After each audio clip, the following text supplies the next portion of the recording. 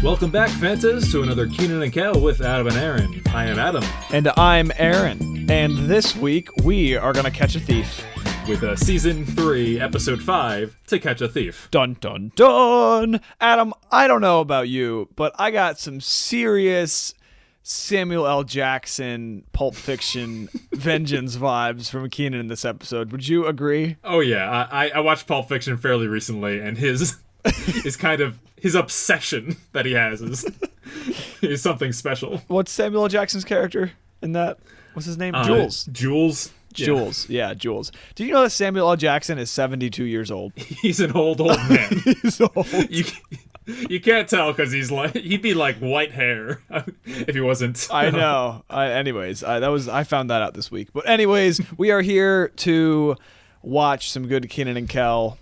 So let's get started. Sit down with Coolio, Kenan and Kel on the big orange couch to watch Kenan and Kel merge on stage. I think this is one of their best intros. We've had some good ones this season. This one is real good. This one's real good. And I think, just what you just said, right? We're sitting down with Kenan and Kel to watch Kenan and Kel. This show is just so out there in the universe. There's so many levels. It's like 4D chess. Yeah, no, and we're already talking about it, but the outro raises many more questions. You know what? CBS All Access doesn't have the outro for this. Oh, they don't? Well, I don't know for every episode. Last one did, but not this one. So you're gonna have to keep me in the loop. Oh, you're in for a crazy surprise. Oh no. All right, but starting off, we have Kenan wearing a green polo with athletic stripes on the side, like a Patty Green, like Kelly Green. Yeah, Kelly Green. And Kel, can you describe Kel's shirt? No. That would indescribable. That would be impossible. I was thinking of a way to describe it, and all I said was it's a disco silk shirt with multiple colored patterns going on, and it's a purple mess. Purple? It's not purple. It's like silver. It's like silver, light blue, it's got a lot of and silver brown stripes, but the main. Okay, well, we'll disagree on the color of that. It is no color. It's every color in none of them. I actually really want that shirt. I think that every thrift shop has destroyed that shirt. They think it's something from another world. It really looks like something you would wear to go in a time machine. Because you never know where you're going to end up, right? Yeah, you'll look incorrect wherever you go. Yeah, but maybe you'll at least look the least incorrect in the 1990s. Yeah, so Kenan and Kel come on stage. Kel introduces Kenan, and Kenan has a very lengthy intro for Kel. Yeah, the hardest working youngster in show business. Yeah, a very awesome accolade. And Kel looks amazed that he's been called that. And he says that to Kenan. He said, do you really mean that? And Kenan says, no. And I lied. And he's like, but that's what I want to talk about. Honesty. That's what this episode is about. Yeah. He says, friends should always be honest. For example, honestly, Kel, I think that nasty shirt makes your face look puffy. And Kel. Well, I'm so glad Kenan said something about the shirt. Because, usually we leave these things, the show leaves these things just go. It's just that's their style. But Kenan is pointing out how ridiculous this shirt is, which I'm happy about. Even in that era. Yeah. Which is something. Oh, man, it's a crazy shirt. And you gotta look up this episode. You gotta watch it. CBS All Access has it. And Kel says, but that was a gift from my grandma. Yeah, the roasting continues because he says, Kel, and honestly, your breath kind of stinks today. And Kel's he's like, what? Really? Come on. And Kenan says, nope, I lied about that too. And so now we don't know who to trust. Mm-hmm. The trust is thrown out the window. And Kel's basically pleads to Kenan that, does today's show have to be about honesty? He says, no, I lied. This show's nothing to do with honesty. Oh, a great intro. Yeah, it's a good bit of just yeah. But Kenan ends it by saying, now come on, something. I think he says salty. You heard salty? I did hear salty. Maybe CBS All Access uploads a slightly different version where the shirt colors are off and the words are changed. It's possible, but I really think there's only one kind of shirt. It looks like one of those Galaxy shirts, except it's all like rectangular. It's a Galaxy you don't want to go to. Yeah, right. It's Galaxy plaid because it's got like different squares to it. Yes, it's painful. I need to wear it. I need to buy it and wear it to school. Anyways, Kenan goes off stage and Kel's like, Kenan, come on. And Kel says, look, I brushed my teeth this morning, see? And he smiles to the camera and there's a sparkle on his teeth. He says, look, gleamy. I feel like if this was season 1, they'd just do like one little like flare and call it that. But it's season 3, so they have a budget. So you see all these little like stars being animated on his teeth. Yeah. It's pretty cool. That should be a GIF. It should be a GIF. Yeah, $10 per star probably. This stuff isn't cheap. And here it goes into the into our first scene. Adam, we have some new characters here. Would you like to explain them? Yes, they are the Crams. What? The Rockmore's new neighbors. What a terrible last name. I think it's got to do with it's a mom and dad and their kid Marc. And I think it's kind of like a nerdy thing. He's a nerd. He's a geek. He's a dweeb. So he like crams information in his head. Oh, that's my guessing route. That's a '90s word for sure. Cram. Yeah, that was like a pre-internet word. Everyone's dressed to the nines, if you notice, except for Kenan and Kel. Of course. When are they really? Except in the intros and outros. Roger and Cheryl are entertaining their new neighbors. Yeah, so they just got here from Idaho, and they're having a nice conversation about how Marc was Idaho's youngest spelling bee champion. Absolutely. And he's showing off skills and asking like, come on, give me a word to spell. Which is such a stupid flex. yeah, it's not really. It's very extremely nerdy. And Roger is you can see Kenan does this too all the time. You saw it like a couple episodes ago when he was gloating about the stuff that he does in Rigby's. Right, he's like, well, I do this and I do that, and Roger goes, well, I'm actually a pretty good speller myself. Which, based on his following actions, I don't know why he said that. Because Marc says, oh, can you spell the word chronometer? And Roger looks off into the distance, chronometer. And Mr. and Mrs. Crams say, yeah, that's the word Marc had to spell for his spelling championship. And I am appalled, because that must have been the easiest spelling bee ever. Yeah, chronometer is not a hard word. No, are you kidding? It's chrono and it's meter. It's nothing to it. Oh, boy. Maybe in the 90s we didn't know how to spell meter. That could be it. It's just the French-English spelling with an ER or U in there somewhere. Oh, God. But Roger, he goes off to the kitchen because I need something. And then Kenan stops in the middle of trying to spell it. Yeah. He's like thinking, and he's like, oh, I'll be right back. Kenan corrects him. He's like, the dictionary's upstairs, Pop.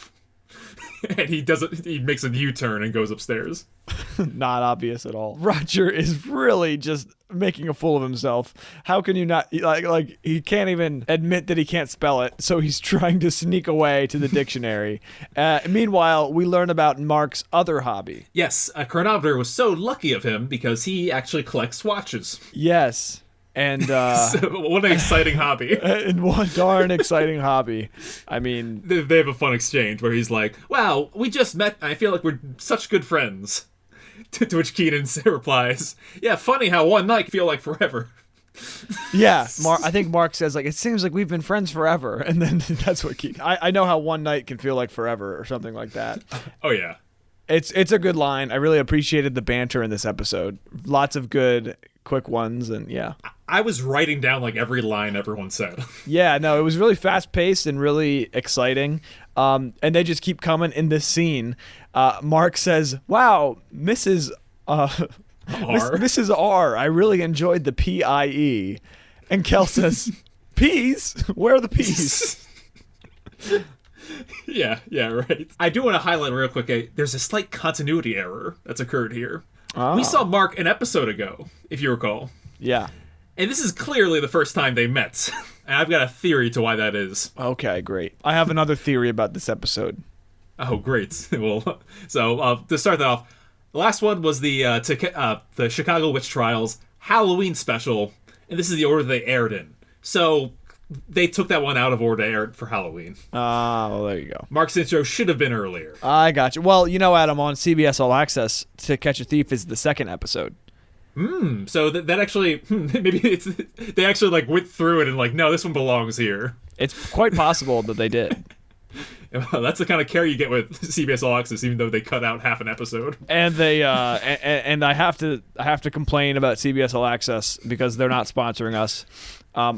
I won't complain if you sponsor us, but when I press pause when I'm watching a video, the picture gets all small, and it's so much more work for them, and it's so much harder for me. I don't know, like when you pause a YouTube video, it just stays right there. Imagine it getting smaller, like a little pop-up window. What are you doing? That is not what the word pause means. That is so useless. Pause and shrink. That's what you're minimizing. Really small. Hey guys, you can do less work. That's what I'm saying. That takes a lot of work, and it's not a good feature because now I have most of my screen is now just black when it could be paused on the show. Yeah, hopefully they fix out that kink. That's a bad feature. Anyways, it makes it harder to do this show. So Marc's helping with the dishes, and Kenan and Cal are trying to sneak upstairs. But Cal's like, oh, we should show Marc your room. And Kenan is just like, shut up. They clearly do not like him.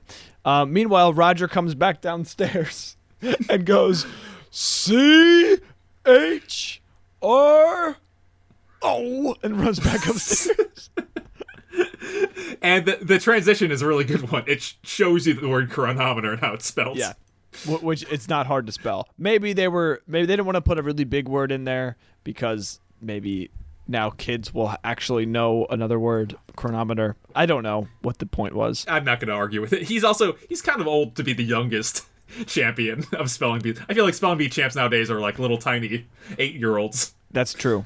So anyway, we go to Kenan's room. This might be one of my favorite Kel bits. I feel like I'm saying that every episode now, but this one's so good. Kel is just on the money this episode. They look outside Kenan's window and they see that, hey, Marc's window's right across. Yeah, Marc's room and Kenan's room look into each other. And so Kel says, hey, you could tape a message to your phone and throw it back and forth. And Kenan looks at him and he says, there's so much wrong with what you just said, I don't know where to start. Yeah. Yeah, now if you want to talk to each other, throw the phone back and forth. That's just so illogical. Meanwhile, Marc's kind of going through Kenan's stuff, and he is amazed at one of Kenan's watches. The watchmaker, or the watch enthusiast himself, is amazed at something Kenan has. He identifies it quite quickly. A 1952 Chronix Timekeepers Deluxe. Yes.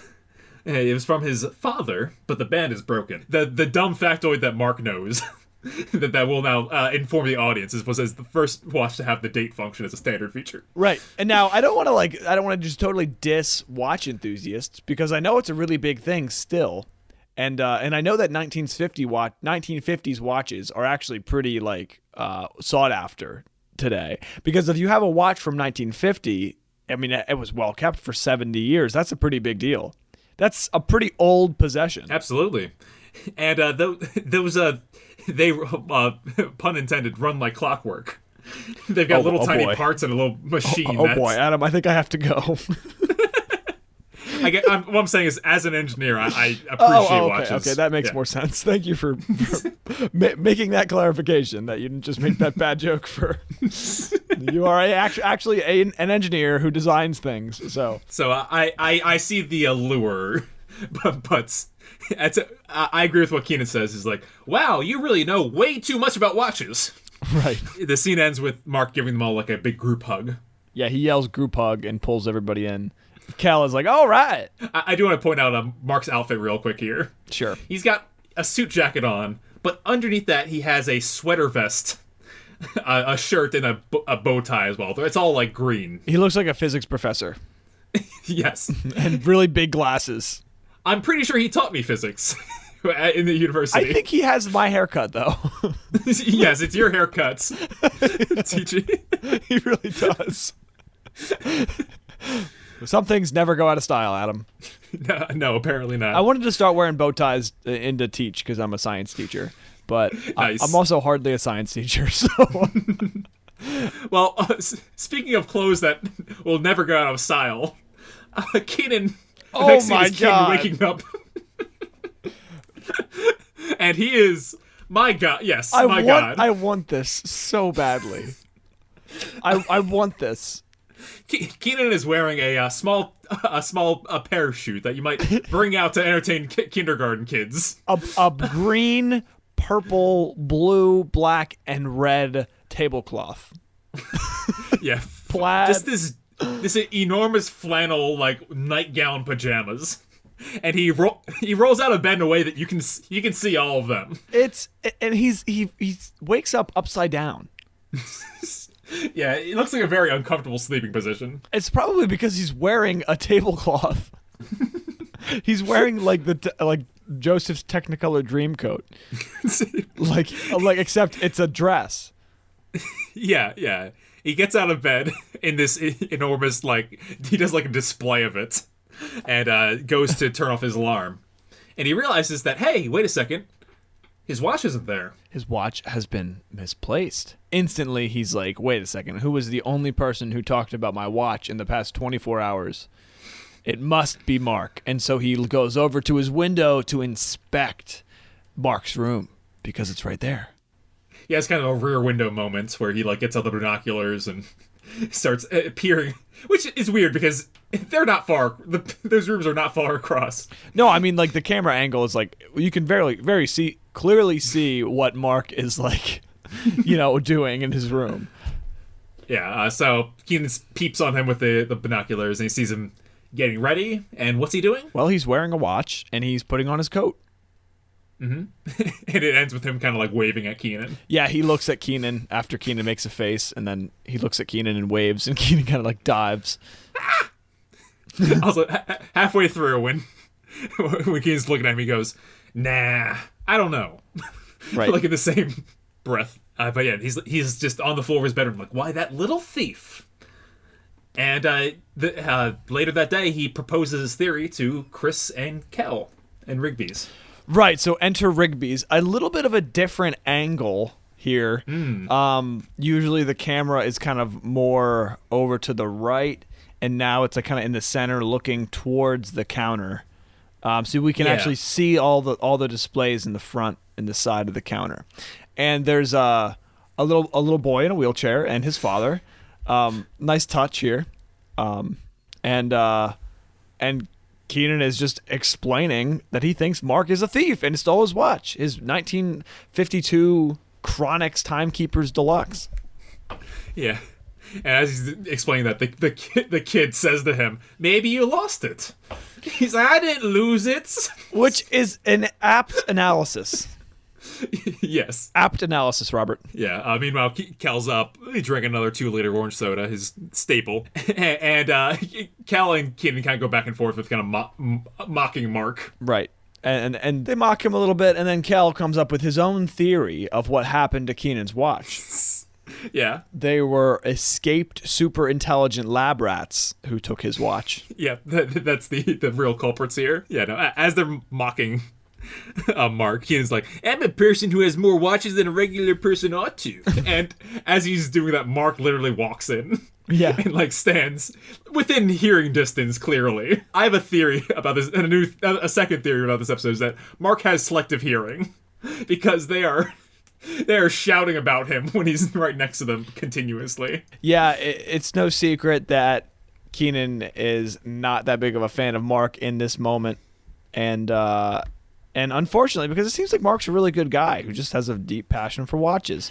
And that passion is not being appreciated. He's definitely a good person. Yeah, he's just a nice guy. And Kenan probably did lose it, but he's instantly assuming that Marc's a thief.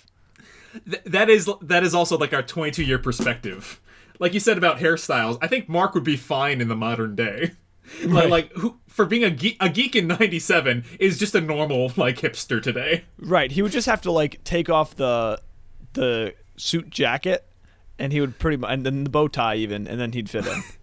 I don't know. I've seen that fashion before. Well, it's kind of timeless. It's kind of a timeless outfit. Little Joseph Gordon-Levitt going on. Yeah, you're right. Yeah. Yeah, he's just got to get a little bit better glasses. But still, those giant frames were a thing like 10 years ago. You're right. But I digress. Chris has to leave. What's he up to? Well, Adam, he's taking his mother to the tattoo parlor, or picking her up. Implying that she's getting tattoos. Or giving tattoos, I guess. Oh. Oh. That makes my theory even better. What are your thoughts? Well, so she's a witch, right? As we've there's a episode. Working theory that she's a witch.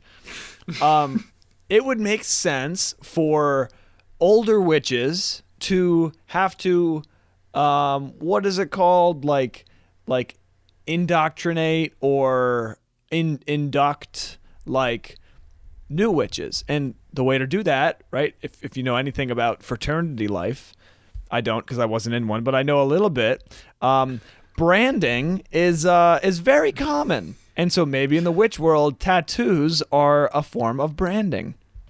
Yeah, I want to say that kind of that Wicca witch circle, it's all about that kind of tattoos are ever present. Right. Yeah, different signs, symbols of elements and nature. Like, you know, that's all one and the same. It sounds like the tattoos I'm planning to get. I'm just the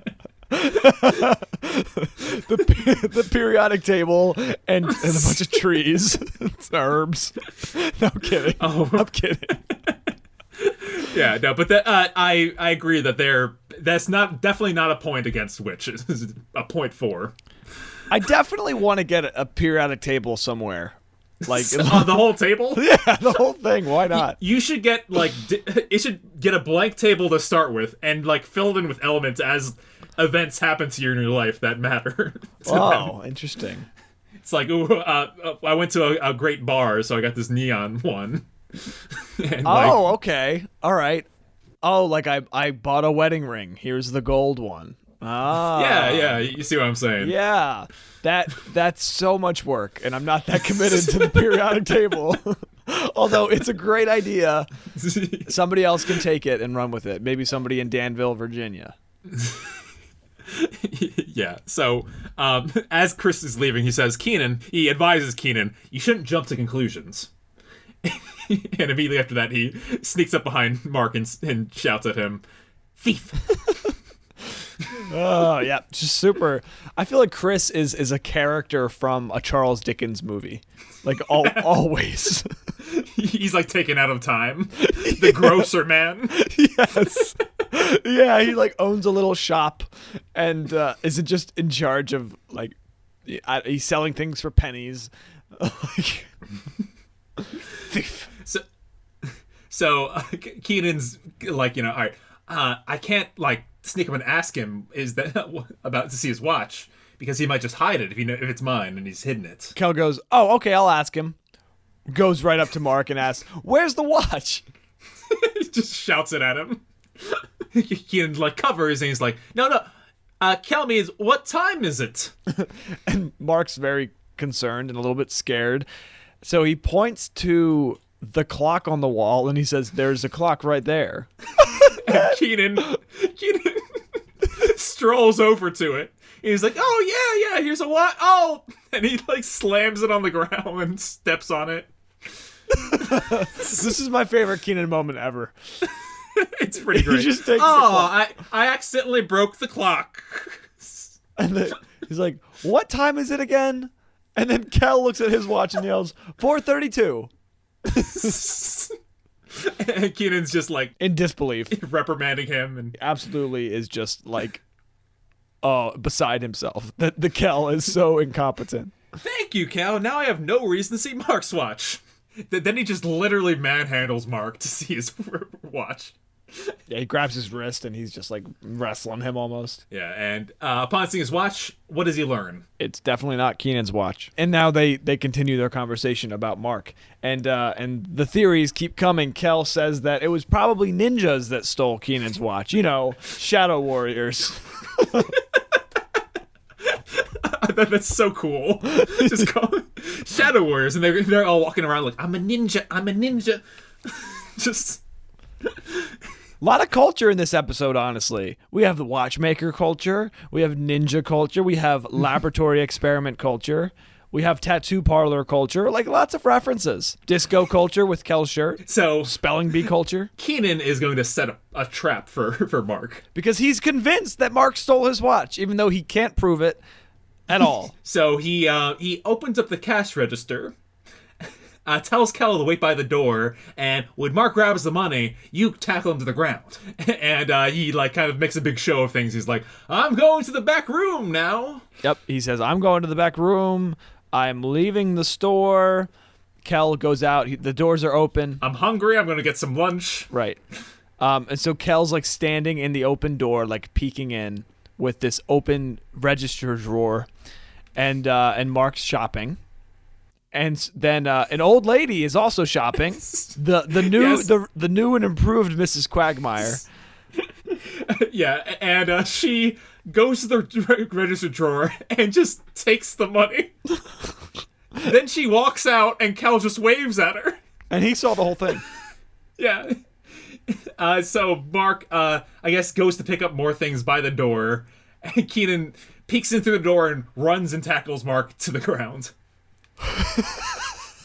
This is where Marc gets injured. His hand gets hurt. Yeah, so he's like, he does not have the money, and Kenan's upset. Marc goes to ice his hand. Well, hold on. What does Kenan say to Marc? He says, "Oh, I thought you were someone else."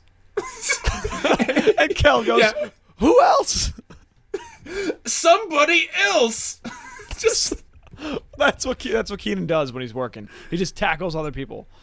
Yeah, and as Marc leaves, he says, "All right, I'm gonna go ice my hand. Sorry, I wasn't who you thought I was." So he's a nice guy, very nice guy. And it's very sincere in that moment as well. And basically, Kel explains what happens. He's like, "Well," Kenan checks the register and he's like, "Where's the money?" Yeah, and Kel's like, "Well, an old lady took it," and Kenan's like, "What?" And he says, "Well, you know, you told me to only yell if Marc took the money." The money. And Kenan says, "Why?" Yep. And Kel's like, "Well, I guess this proves that Marc's not a thief." And Kenan doubles down. He doubles down big time. He does this big, like, God is my witness, like, speech. If this is the last thing I do, I'm going to expose Marc Cram as the thief that he is, or I'll get my watch back. Yeah, this is one of the first Samuel L. Jackson moments. He will strike down upon thee with great vengeance and furious anger those who attempt to poison and destroy my brothers. It's like this is. Yeah, no, it's that paraphrased essentially in like 90s Nickelodeon lingo. Yeah, and I like how this scene ends too. He goes, "All right, Kel, let's go," and they like walk to a place that's not like they walk with great purpose to the corner of Rigby's apparently. Oh no! Like across the front of the screen. I didn't notice that. It's very weird. I think it's a commercial break, so we return after that. Right, so we end up back in Kenan and Kenan's TV room, where the Rockmores are all dolled up and about ready to go to see a movie with the Crams, their new friends. And what's Roger doing to prepare? Oh, he's studying the dictionary. And he's writing the word chronometer on his arm. It's so stupid. Yeah. And Kenan, like, because he's taking so long, he like rips the page of the dictionary out and like shoves it on his arm. So she's like, "Kenan, it seems like you're trying to kick us out." She says to him like in the door frame. Right, and he goes, "Yep." And then he turns around and butts them out of the door, out the front door, like hits and like slams the door shut. Hits them with his butt. He like bends over and just like shoves them out with his butt. Very good move, if I might say so myself. Then he runs towards the kitchen door, to which Kel opens it and hits him in the face with it. So good slapstick from Kenan. We don't see that too often. Yeah, it's really, really fast. Really fast and really funny. We got the dictionary, the whole deal. What is Kel carrying as he leaves the kitchen? He's got a bucket of orange paint. And what is he gonna do with that, Adam? Well, Kenan is going to expose Marc Cram for the thief that he is. That's right. And he's going to rig the bucket of paint over the drawer in like this armoire that's in the back of the set, right? Yes. He bought a new watch. He's going to use that as bait for Marc. Put that in the drawer so that Marc will open the drawer and get paint on him and expose himself. Yes, and let me explain this setup. First off, I'm just watching this back, and Kenan has an orange tongue during this. So I just, oh, does he? Yep, I think that's kind of funny. They really do love orange soda here at instead of Kenan and Kel. Okay, I might want to add, are you sure the CBS quality is like good? Is the pictures, are all the colors slightly off? No, it's pretty good. It's pretty good. Okay, so you're probably seeing in higher def than I've ever have. It's possible. Very possible. Anyways, here's what it looks like. There's an armoire, which Kel has knocked down a bunch of stuff on it. Okay, including like a candelabra, like he's like knocked off some candles and things are falling like crazy. There is a bucket hanging from the ceiling with a rope attached to it. A very like not a very thin rope, like not like a string. It's like a small rope. No. And it's dangling like around the armoire and clearly attached to the drawer, and the bucket is hanging right above it. The rope is like if you were a Cub Scout learning knots for the first time, and it was like a giant instructional rope. It's like a nylon rope, yeah. Yeah, and that was in the scene before when the Roger and Cheryl left. So I guess they just weren't looking back there. Oh boy. But yeah, no, they're rigging that up. Kel's knocking everything over, and Kenan warns him. He's like, "Hey, be careful! Be careful with my mama's porcelain monkey." Yeah, that's like creepy. The fact that she has a porcelain monkey that's incredibly valuable. Yeah, and it's like green. It's got a big bowl on its head. It's very neat. Neat. I think that's scary. Oh yeah. It belongs in Chris's mother's house. That's what I'm saying. Like it's very like, it's unsettling to me. I'd like to hear the story about it myself. Sure. I'm not saying I wouldn't like to hear the story, but anyways, Marc comes in and as Marc is like taking his jacket off and taking his seat on the couch, Kenan goes back and he's like raising up the bucket of orange paint that Kel has secured, and like looking very mischievous. And he's showing off his watch to Marc too. He's like, "My expensive, cool watch. Don't need to talk about this. I'll just put that in this drawer over here." Right. Well, because it's just such a bad idea. It's just such a bad plan. And he says to Marc, he's like, "We're gonna go to the kitchen real quick in the other room," and he keeps like leaning over and like hinting at, like, "We're gonna be gone for a period of time." Right. Yeah, and he's like, "All right, go through the door." Adam, do you know what he says? What does he say? He says, "We're gonna go into the kitchen and grab a tasty beverage." Yep. Like I'm telling you, this is Samuel L. Jackson Kenan. He goes, "Oh yeah, I didn't catch that." I'm gonna grab a tasty beverage. It's like, come on, that's the line. Yeah, hang on, I'm looking up Pulp Fiction when that came out exactly. 1994. Yeah. So this is a healthy period of time. He's inspired. This episode was also written by Savage Steve Holland, who you were not a fan of his previous episode. Well, I am a fan of this one.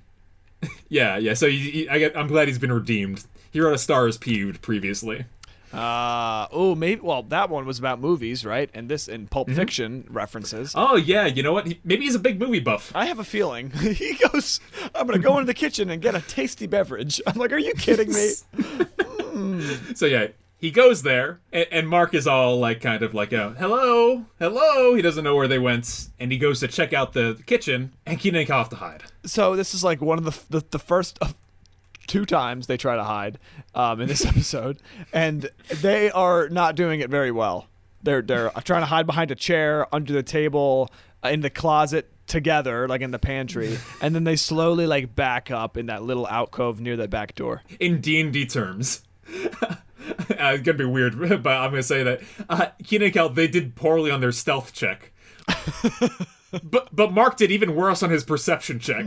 So, like that's basically their situation with hiding this episode. Marc just like looks in, and then Marc is like, "Oh no, I wonder where they went," and then he just leaves.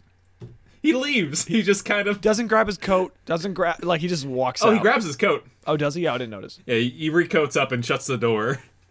And they're upset. They're like, "Huh, he didn't go through the drawer." Yeah, so they inspect the drawer. It's like, no, the watch is in there. And Kenan says, maybe he's not a thief after all. But then he realizes something, Adam. What does he realize? Well, Kel realizes, yeah, he's a crook. Oh, right. And Kenan's like, no, crook and thief, they're the same thing. As he's saying that, he looks up and he says, wait a second, where's my mama's porcelain monkey? It's gone. And that's when the true, like, anger erupts out of Kenan. He goes, take my watch, but nobody takes my mama's porcelain monkey. Come on, Kel, let's go. Oh my God. And he like literally, he takes the fight to Marc's house. Oh my God. I mean, this is like Jules being upset at Vincent for shooting Marvin. Like this is that level of like that degree of anger. Like just seething anger. Vengeance. Yeah. So they go over to Marc's house. The front door is open, and they enter inside. It's got a similar setup to last episode's house. Yeah. But it doesn't have a back room. The set's slightly different. The first thing that Kel does is goes into the kitchen. He's like, oh, I'll look in the kitchen. Kenan's like, don't look in the kitchen. You're not going to find anything in there. And you just hear him knocking all kinds of crashes things over. And just things falling apart. Yeah. And what does he emerge with? He has in his hands there is like a jar of peanut butter in each hand, and on his mouth there is an entire bottle of chocolate syrup. Like he is just dripping in chocolate syrup and peanut butter. It's awful. I will say though, way better than them licking everything in his house. Like the peanut butter is a much funnier element. Yes, much funnier. The first thing he says, like, wasn't in the chocolate syrup. Like, just the worst place to look. And he immediately, Marc's coming downstairs and they have to hide. So Kel's touches everything. It's so painful. He has globs of peanut butter in his hands. And he is grabbing everything, like the blanket, the pillows, the cushions. He's like moving stuff around. Kenan's shirt. Kenan has these giant like paw prints of peanut butter on his shirt. Yeah. When they go to hide, Kenan like goes underneath the coffee table, and Kel like jumps up in the corner of the room, and like trying to. I have no idea where he's trying to go, but he like hides under the cushions of the couch, which are like paper thin. It's clearly a set. They're paper thin, and he gets peanut butter on everything he touches. And meanwhile, he makes his way under the coffee table with Kenan, and then Marc comes down the stairs. What is he doing, Adam? He is dancing like it's 1997 or 1998 to his Walkman, and just like doing very embarrassing dance moves and leaping out the door. And he leaps out the door by hitting his own butt out the door. So I don't know what the thing is with like butts and leaving rooms, but that's a crazy connection and through line of this episode. It's very strange. If you have to leave through a door, you use your butts. Yep, lead with your butt. That's what's been happening. It's very weird, but anyways, when Marc is gone, Marc doesn't realize that the family room has been destroyed, completely decimated. And Kenan and Kel rush up the stairs to check out Marc's room. How would you describe Marc's room? It's nice, but very like a grandmother's room. Yeah. I think the first thing Kenan Kel says when he answers is "ew." Yeah. He's got like watch posters, but they look like dentist office posters. It looks like a dentist office. The wallpaper's pretty rough. Maybe it's because he just Yeah. moved in. We'll give him the benefit of the doubt. Sure, he's got like a little computer on his desk and A little computer. a giant computer monitor on his That's desk. what I meant. Yeah, which is clearly it's clearly display. Well, what directions does Kenan give Kel? Well, he basically says, "Look around, but don't destroy anything." Don't mess anything up. Yeah. So Kel goes over to his nightstand, opens the drawer, throws everything out, and then starts to look under the covers, which ends up in him destroying the bed and the bed frame, and getting Yes. peanut butter on everything, and the sheet stuck to his hand because there's so much peanut butter, just globs of it. Just a slow, methodical process of taking off the covers and the bed, then the box spring, and just, and he climbs into it. What a mess! What an absolute mess! It's really rough.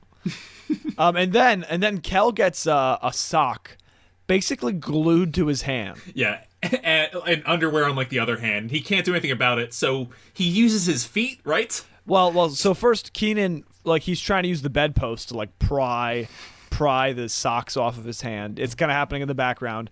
Kenan finds a jewelry box, and he's like, "Oh," which was sitting right on the counter, like right on the dresser. Yeah. Like directly across from the door, as if you open the door, the first thing you would see is the jewelry box. But anyways, that it's not that fun to do it that way. So, Kel is while he finds the jewelry box, Kel is trying to get the peanut butter. Also, he's basically miming right now. Like Kel Yeah, hasn't like said silent. a word. Hasn't said a word. And so he puts his hand down on the desk with the peanut butter sock down, and he puts his foot on it to try to like pry it off, and he ends up knocking everything off the desk. It's like there was an episode like this recently where Kel knocks everything over in sight. The Turkey Day. Yeah, Turkey Day. Comes to mind. It's like Turkey Day. Yeah, no, he just totally clears out Marc's room, and I think he does a good job of it. But he destroys the monitor, and then he just very easily uses his mouth to take off the socket and underwear. Right, and Kenan is looking at him with his mouth open, just like, what's happening? Just aghast. He's like the way he's in doing. disgust. It's like, ew. I have a theory that some of the other like Kel destroying a room or like doing a bunch of physical comedy had a lot of takes to it. Because they got peanut bar and everything, they were probably limited in how many times they could do this scene. Oh, for sure. So we might not be seeing like the best possible take here. Yeah. Meanwhile, we go back to the TV room at Kenan's house for what might be my favorite moment of the episode. Yeah, so they've stolen the jewelry box, irony ever present. And Kel's the one, he has a hammer. And Kenan's instructing him to break the lock. And the jewelry box is on the coffee table. Yes. So, what does Kel do? He swings and turns and like closes his eyes, and he hits a hole right through the coffee table. A giant hole. Like, takes out like a quarter of the coffee table. Oh, it's so good.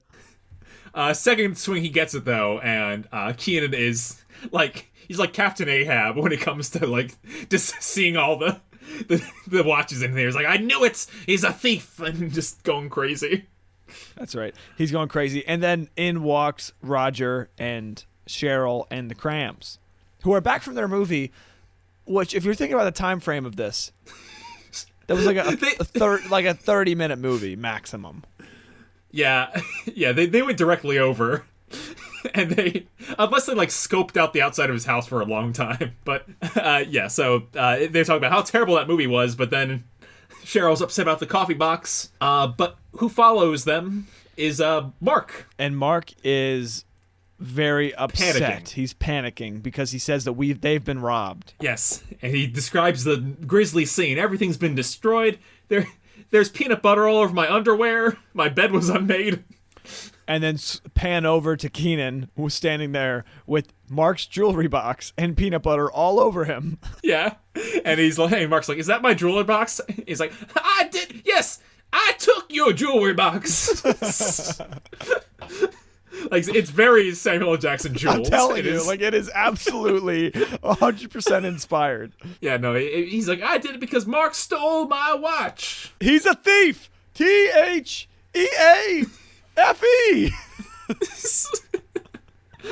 Yeah, and yeah, Roger says, oh, he did not take your watch. And you spelled thief wrong. Right. So good callback there. But Roger goes into like the kind of corner cabinet, and he pulls out a little black box with a bow on it. And he basically tells Kenan that he took his watch to get the band fixed so he could actually wear it. To which Kel says, surprise! Revealing that Kel knew this entire time. That's some like, I put the screw in the tuna, like oh, you know. yeah, level of deception. Yeah, because like you can watch this episode a second time, which I did, through Kel's point of view of that, like, because he's constantly like on Marc's side and he's trying to steer Kenan away, and he's like, maybe it was ninjas that took it or rats. Certainly you should drop this. But he doesn't have the forethought to, like, before things escalate crazily to stop him. He does not. No, he lets the whole episode happen just because he wants to surprise Kenan. Because in his words, it's a surprise. You don't tell a surprise. And in Kenan's words for the second time this episode, why? Why? And then Marc goes, I'm so angry. And Kel goes, you're hungry? And then everyone shouts at him, angry! Because, yeah, they're mad at him. So Roger makes quick amends of the situation. He says, Kenan will be at your house every weekend until it's cleaned. And I'll pay for all the damages. He clearly doesn't want to lose his new friends. Let me just get my checkbook in this drawer over here. Yeah, and that's when everyone, like the audience, realizes it, and the perfect... they tie the bow perfectly.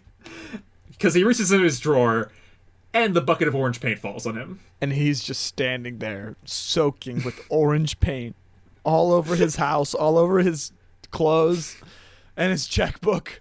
And the Crams... Mrs. Crams says, you are the worst neighbors ever. And Kenan and Kel run into the kitchen. So what a, like, that's a good ending. That's a good ending. But it's not the very ending. I haven't seen this, so you gotta tell me. Okay, so Kenan and Kel emerge on stage. And they're like, Kel's like, well, I guess Marc wasn't a thief. And then Kenan's kind of like, well, I don't know about that because... we never found out what happened to my mama's porcelain monkey. That's right. And the audience says, like, ah.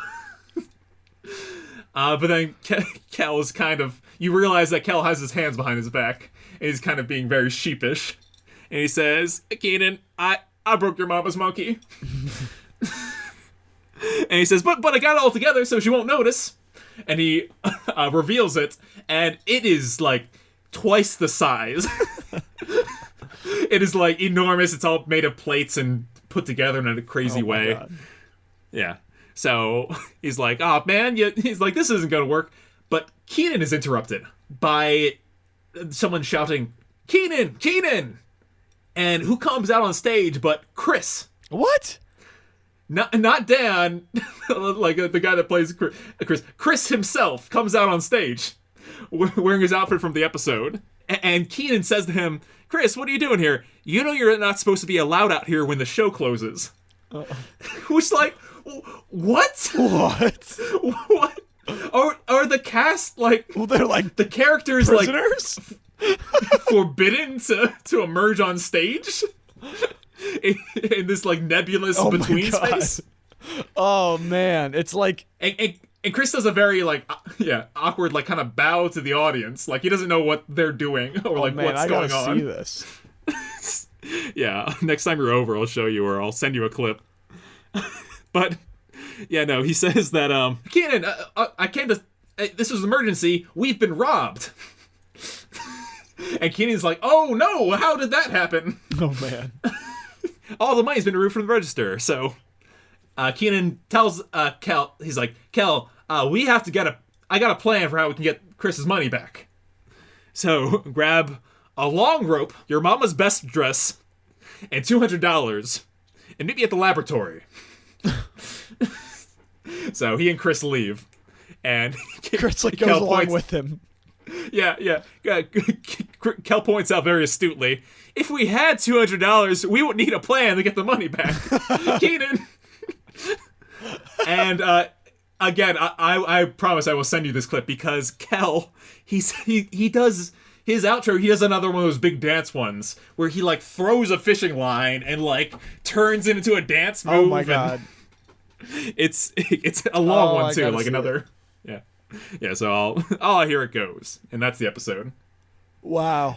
So yeah, awesome. A good ending to a good show, I'd say. Great ending, great episode. Really funny.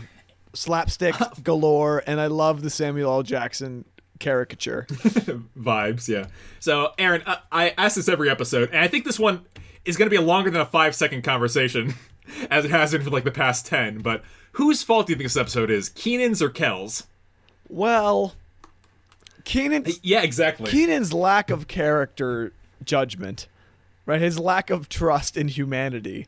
And him just instantly assuming that Marc did something wrong. I think it's actually Kenan's fault. But Kel did string him along all the way, including with the porcelain monkey bit. Right. If this was something more serious, you would say that Kel was absolutely complicit in the crime. Yeah, I think we got to call it a 50-50. 50-50 works for me. Because it's both of their fault. Kenan is just vicious this episode. He woke up on the wrong side of the bed. Literally in this episode, he woke up on the wrong side of the bed. So this kind of just the vibes we got. Yeah, I'd agree. He's got a bone to pick with Marc character. And I think that animosity is ever present throughout the rest of the series for no reason. As Marc becomes a regular. Yeah. Marc is such a nice guy. That makes sense. We had 2 Ys this episode. The other thing I wanted to point out is that Chris Chris has gone back on his word. Because if you're clowning around, Chris went through all kinds of measures to protect the store from being robbed. Right. If you recall, right? He set up a video camera, he put a lock on the door, got an attack dog. I get why he doesn't have a dog and... Yeah, bloodbath. I get why he doesn't have a dog and the doors were open, but he should have been able to look at that camera and seen what happened. Yeah, to see that old lady stealing from them. Yeah. So that's a little strange. Really great episode, really funny. The what's the guy's name? Savage redeemed himself because this is way better than A Star Is Peeved. We should talk about ratings, Adam. Let's do it. So on IMDb, this episode has a 6.9. Oh my god. That's low for Kenan and Kel. This is ranked 56. Oh, that's so wrong. Out of 62. That's so incorrect. That's very low. That's bottom 5, I think. That's just not accurate at all. Terrible. This is a fun episode. It's phenomenal. Out of 10 bottles of orange soda, how many would you give it? Easily 9. 9 bottles. 9 bottles? Yeah, this was a really enjoyable episode. Really classic Kenan and Kel. The jokes just kept coming. And Kenan is hyper fixated on something, and Kel is just making everything worse by being a fool. It's a great episode, and it's wrapped up very nicely. Very good continuity throughout. No real big plot holes except for the little delay, the movie time frame. But overall, really good episode. It's pretty mean to Marc in some points, so that's where I docked it. But I'm gonna agree with you. 9 out of 10. This is a top tier episode. Yeah, it's really good. Okay, 8 out of 5. 8.5 bottles of orange soda. I was torn, so I'll declare that. Okay, all right, I get it. It's a good one. And are you excited to learn more about Marc next episode? I suppose. I hope Kenan's a little bit more friendly or welcoming, or at least they have a better dynamic, kind of like a Chris Kel dynamic. But I am excited. Well, we'll find out. Next week, we'll be doing Happy B-Day, Marc. Oh wow, he gets his own birthday episode before Kenan or Yeah. Kel have one. Exactly. So that's let's see where that goes. All right. But before we end, I wanted to quick ask: did you check out Kenan? Not yet. It's on the list. Yeah. How is it? Yeah, I've not seen it yet either. Oh, man. It's on Hulu. Yes, I know that. Yeah. So I commit to you, Fantas. I will watch it at least the first episode and get back to you next some points. I like Hulu because when you pause it, it just stays the big screen. Yeah. So stupid. Take notes, What CBS if you All paused Access. your TV screen and it got really small? Like that's just stupid. Anyways. Yeah. All right. Goodbye, everyone. Talk to you later. Oh, here it goes to next week. Thank you so much for listening to another episode of Kenan and Kel with Adam and Aaron. If you want to stay in touch, send us an email at kenankelpodcast@gmail.com, or you can send us a voice message at anchor.fm/KenanKelPodcast. Our social media accounts are all at KenanKelPodcast. That's Twitter, Instagram, and TikTok. Thanks, everybody.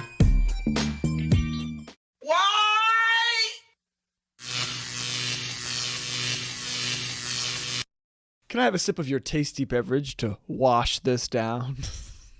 I'm sorry.